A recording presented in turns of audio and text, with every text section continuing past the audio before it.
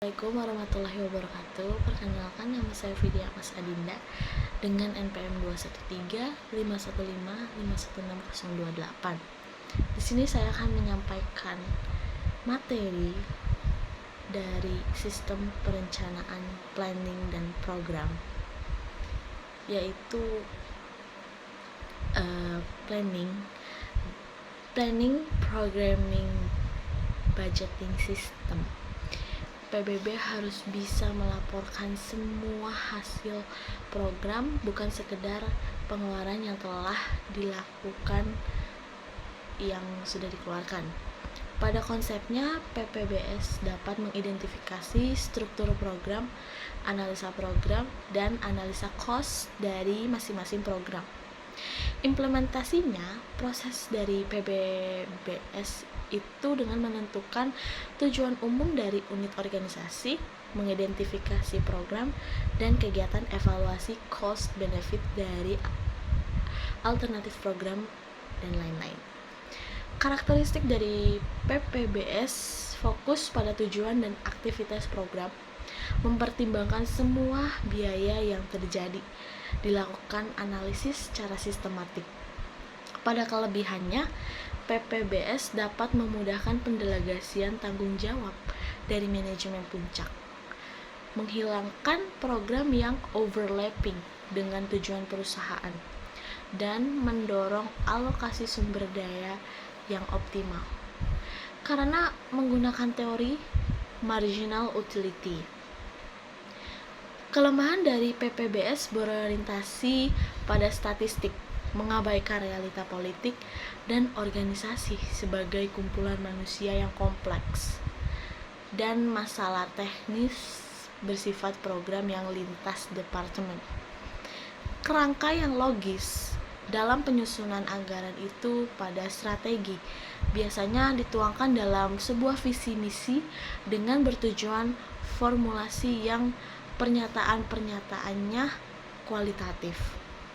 Dengan anggaran yang dibuat untuk menyatakan tujuan-tujuan tersebut itu merupakan sebuah pernyataan kualitatif serta aktivitas yang berdasarkan tujuan dan anggaran yang telah dibuat.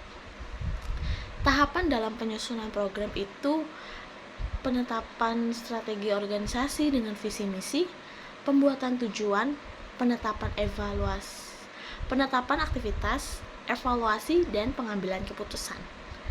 Tahapan yang logis pada penyusunan program dapat dituangkan dalam sebuah dokumen yang disebut paket keputusan atau decision package. Dengan keputusan ini, komponen termasuk tujuan aktivitas, alternatif aktivitas, dan konsekuensi dari tidak melakukannya aktivitas.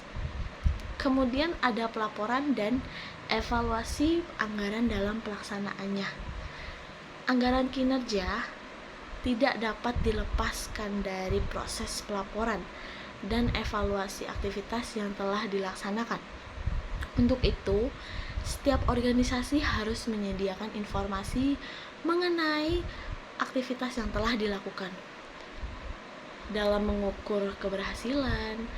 Jadi organisasi itu dengan service effort dan accomplishment pada indikator usaha, indikator pencapaian, indikator yang menghubungkan usaha dan pencapaian, indikator efisiensi, dan indikator efektivitas.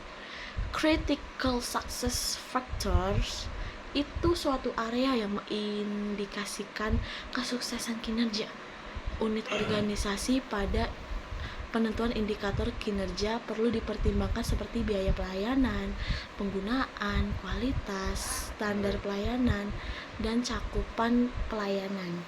Estimasi indikator kinerja dapat dilakukan dengan kinerja masa lalu, expert judgment, dan trend regresi.